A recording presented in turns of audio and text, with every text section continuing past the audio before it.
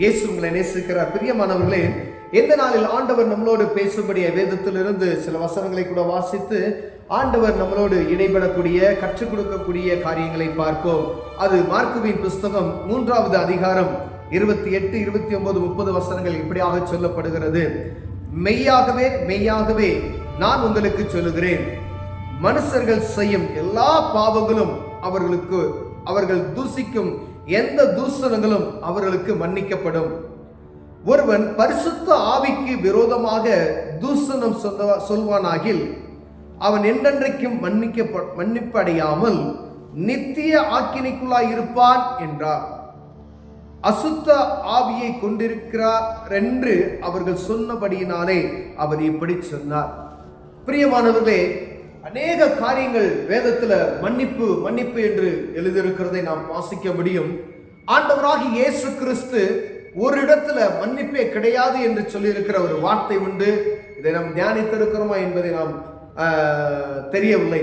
ஆனால் ஆண்டவர் இந்த நாளில் இந்த வார்த்தையை கொண்டு நம்மளோடு இடைபடும்படியாய், ஒருவேளை இந்த காரியத்தை நாம் சாதாரணமாக எடுத்துக்கொள்ளாதபடிக்கு அதை ஒரு முக்கியமான ஒரு காரியம் அது இல்லாதபடி, பரிசுத்த ஆவியானவர் ஒரு மனிதனுக்குள்ள இல்லாதபடி ஒன்றும் செய்ய முடியாது என்பதை நாம் புரிந்து கொள்ளும்படியாய், அதனுடைய மேன்மையை நாம் புரிந்து கொள்ளும்படியாய் ஆண்டவர் வாஞ்சிக்கிறார். பிரியமானவர்களே, ஆண்டவர் இந்த இடத்துல சொல்லுகிறார். அதை சொல்லுவதற்கு அந்த 30வது வசனம் சொல்லுகிறது, அசுத்த ஆவியை கொண்டிருக்கிறார் என்று அவர்கள் சொன்னபடினார். பிசாசுகளை துரத்தினபடினாலே பிசாசுகள் அவரை பார்த்ததுமே அரண்டு அடித்து ஓடுகிறதை இந்த வேலை பார்க்கிற சாத்தான் தனக்குத்தானே அவர் சொல்கிறார். அப்ப அவங்களை என்ன சொல்றாரு, ஆண்டவரை பார்த்து சொல்றாங்க, இவர் பேர் சொல்லினாலே பிசாசுகளை துரத்துகிறார் அப்படின்னு சொல்லி. ராஜ்யத்துக்கு ராஜ்யத்துக்கு விரோதமா இருந்தா அவன் எப்படியா அது நிலை நிற்க முடியும் அப்படின்னு சொல்லி அவர்களுக்கு விளக்கமான காரியங்கள் எல்லாம் சொல்லுகிறார். அவர் அசுத்தாவியுடையவர் என்னென்னமோ சொல்றாங்க. ஆண்டவரை இழிவுபடுத்துகிற காரியத்துல நாம் அந்த இடத்துல நாம் வாசிக்க முடிகிறது. அதற்கு தான் ஆண்டவர் சொல்லுகிறார், மனிதன் செய்கிற எந்த பாவம் அவனுக்கு மன்னிக்கப்படும், தூஷணங்கள் அவனுக்கு மன்னிக்கப்படும். ஆனால் பரிசுத்த ஆவியானவருக்கு விரோதமாய் செய்கிற காரியம் மன்னிக்கப்படாது. பரிசுத்த ஆவியானுக்கு விரோதமாய் பேசப்படுகிற காரியம் மன்னிக்கப்படாது என்று ஆண்டவர் சொல்லி இருக்கிறார். பிரியமானவர்களே, பாருங்க, ஆக்கினைக்குள்ளாய் இருப்பான் அவன் செய்கிற எல்லாம் நித்திய ஆக்கினைக்குள்ளாய் இருப்பான் என்றார் அப்படின்னு பாருங்க. அப்ப அவனுடைய தீர்ப்பு ஆண்டவர் பூமியிலே அவனுக்கு சொல்லிவிட்டார். பரிசுத்த ஆவிக்கு விரோதமான ஒரு வார்த்தையோ தூஷணமோ நம்ம சொல்லுவோமா என்றால் அது அவ்வளவுதான். இங்க ஆண்டவர் சொல்லிட்டார், அவங்களுக்கு தீர்ப்பு எழுதப்பட்டது. ஆனா இதுக்கு அது வேற இடத்துல அவன் ஆக்கினைக்குள்ளாய் இருப்பான் அப்படின்னே சொல்லிட்டார். பாருங்க, நித்திய ஆக்கினைக்குள் தள்ளப்பட்டு போவான்னு சொல்லி. பரிசுத்த ஆவியானவரை குறித்து அநேக புத்தகங்கள் இருக்கிறது. பரிசுத்த ஆவியானவரை காலை வணக்கம் என்ற ஒரு புத்தகத்தை நாம் வாசிக்கும் பொழுது இந்த பரிசுத்த ஆவியானுடைய முக்கியத்துவம், கத்தோலிக்க திருச்சபையிலிருந்து ஒரு போதகர் ரட்சிப்பின் அனுபவத்தை பெற்று அவர் அந்த பரிசுத்த ஆவியானவர் அந்த ஆழ்த்தத்துவமான அந்த பரிசுத்த ஆவியா நமக்குள்ள இருக்கிறதை உணர்ந்து அவர் எழுதின அந்த புத்தகத்தை நீங்கள் வாசிப்பீர்களானால் அதனுடைய மேன்மையை நீங்கள் புரிந்து கொள்வீர்கள். பரிசுத்த ஆவியின் அபிஷேகத்தை ஒரு மனிதன் பெற்றுக்கொள்ளும் பொழுது அந்த பரிசுத்த ஆவியான தனக்குள்ள இருந்து செய்யக்கூடிய குறிகளை நீங்கள் உணரும் பொழுது இந்த பரிசுத்த ஆவியின் மேன்மையை நீங்கள் புரிந்து கொள்ளுவீர்கள். அப்படியானால் அப்ப அந்த பரிசுத்த ஆவியானவருக்கு நாம் கொடுக்க வேண்டிய முக்கியத்துவம் எவ்வளவு என்பதை நாம் உணர்ந்து கொள்ள முடியும். சில காரியங்கள் ரட்சிக்கப்பட்ட அனுபவம் நிறைந்த நமக்கு பரிசுத்த ஆவியானவரை துக்கப்படுத்துகிற காரியங்கள் நம்ம செய்யாதபடிக்கு ஆண்டவர் எச்சரிக்கையா இருக்கும்படியா இப்படி பேசுகிறார். பிரியமானவர்களே, நம்ம ரட்சிப்பின் அனுபவத்தை பெற்றிருப்போம். ஒவ்வொரு அபிஷேகம் பெற்ற மனிதன் கூட யார் இருக்கா? பரிசுத்த ஆவியானவர் எப்பொழுதுமே நமக்குள்ள இருக்கிறார், எனக்குள்ள இருக்கிறார். நான் போற இடத்துல எல்லாம் வராரு.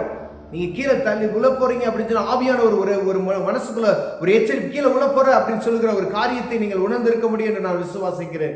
அப்ப பரிசுத்த ஆவியானவர் கூடியே இருக்கார். நீங்க ஒரு பாவம் செய்தீர்கள் என்றால் அப்ப ஆவியானவரை துக்கப்படுத்துறீங்கன்னு அர்த்தம். ஆண்டவருக்கு துக்கத்தை உண்டாக்குறீங்க அர்த்தம். ஒரு தவறான வார்த்தை உங்கள் வாயிலிருந்து வந்துவிட்டால் உங்க கூட இருக்கிற ஆவியானவரை நீங்க துக்கப்படுத்துறீங்கன்னு அர்த்தம். அப்ப ஆவியானவருக்கு கொடுக்க வேண்டிய கனம் எவ்வளவு மென்மையானது பாருங்களேன். ஆவியானவரை குறித்து சில சபைகள் என்ன சொல்லுவாங்க, ஆவியில் அணுன்னு பேசுறாங்க அப்படின்னு சொல்லுவாங்க. அப்படி அல்ல, ஆவியானவர் இல்லாத சபை அது செத்த சபையாக இருக்கும் என்று சொல்லுகிறது உண்மைதான். ஆவியானவருக்கு கொடுக்க வேண்டிய கனத்தை நாம் கொடுக்கணும். பரிசுத்த ஆவியின் அபிஷேகத்தை நாம் பெற்றுக்கொண்டால் மாத்திரமே இந்த பரலோக ராஜ்யத்துக்கு செல்ல முடியும் பிரியமானவர்களே. ஏன்னா நீங்க காத்திருங்க. மேல் வீட்டில் ஆண்டவர் சொன்னாரு, நீங்க காத்திருங்க. 120 பேருக்கு அவரை கட்டளையிட்டது அந்த பரிசுத்த ஆவியானவர், நான் போய் என்னுடைய தேற்றவாரர்களை அனுப்புவேன், அவர் உங்களை பரிசுத்த ஆவியினாலும் அக்கினியினால் என்ன செய்வார், உங்களை பலப்படுத்துவான்னு சொன்ன அந்த அபிஷேகத்தை பெற்றுக்கொண்ட பிறகு உலகம் எங்கு இந்த சுவிசேஷம் பிரசங்கிக்கப்பட்டது. இந்நாள் வரைக்கும் அந்த அபிஷேகம் எல்லாருக்குள்ள ஊற்றப்பட்டு கொண்டிருக்கிறதை நாம் அறிந்திருக்கிறோம். அந்த ஆவியானுடைய மகிமை அறிந்திருக்கிறோம் பிரியமானவர்களே. அதுக்கு தான் ஆண்டவர் சொல்றார், ஆவியானவருக்கு நீங்க விரோதமா எந்த ஒரு காரியத்தை நீங்க பேசக்கூடாது. பரிசுத்த ஆவியானவர் ஆதியிலே ஜலத்தின் மீது அசைவாடினார், இன்றும் ஒவ்வொரு மனிதனுக்குள்ளே அசைவாடுகிறார் என்பதை நாம் மறந்து போய்விடக்கூடாது. அவர் எங்கும் ஸ்தாபித்து இருக்கிறார் பிரியமானவர்களே. அவருக்கு மறைவானது ஒன்றும் இல்லை.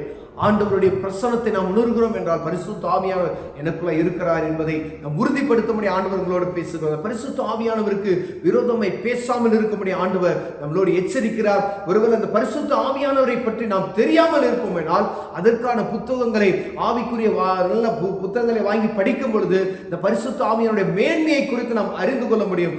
பரிசுத்த ஆவியின் முக்கியம், பரிசுத்த ஆவியின் அபிஷேகம் எவ்வளவு முக்கியம் என்பதை நாம் புரிந்து கொள்ள முடியும் பிரியமான. ஒருவேளை நீங்க பரிசுத்த ஆவியின் அபிஷேகத்தை நீங்க பெறாம இருந்தீங்க அப்படின்னு சொன்னா ஆண்டவருடைய சமூகத்துல போய் ஜெபம் பண்ணுங்க. இந்த ஆவியானவர் உங்களை நிரப்புவார். பரிசுத்த ஆவியின் அபிஷேகத்தால் உங்களை நிரப்புவார். அக்கினியினாலும் அபிஷேகத்தால் நிரப்புவதை நீங்கள் உணர முடியும். அதற்கு பின்பு உங்க வாழ்க்கையில வித்தியாசங்களை நீங்க பார்க்க முடியும். கண்களை மூடுவோம், ஜெபம் செய்வோம். அன்பின் தகப்பனே, ஆண்டவரே, வேதத்தில் எழுதியிருக்கிற ஆண்டவரே, பரிசுத்த ஆவியானவருக்கு விரோதமா ஒன்று நீங்க பேசாதீங்க, அது மன்னிக்கப்படாது என்று எழுதியிருக்கிறீங்கப்பா. ஆண்டவரே, இந்த ஆவியானவரை நாங்கள் தரித்துக் கொள்ளவும், ஆவியானவரை நாங்கள் துக்கப்படுத்தாமல் இருக்கவும், ஆவியானவரை பற்றி இன்னும் அறிந்து கொள்ளவும் என் தேவன் எங்களுக்கு கிருபையும் ஞானத்தையும், பரிசுத்த ஆவியானவரை நாங்கள் எப்பொழுதும் ஆண்டவரை துக்கப்படுத்தாமல் ஆண்டவரே அந்த மகிமையா நாங்கள் நடத்துவதற்கு தேவன் எங்களுக்கு கிருபை பாராட்டுங்க. நாங்கள் ஜெபிக்கிறோம் ஆண்டவரே, இயேசுவின் நாமத்தில் பிதாவே, ஆமென், ஆமென்.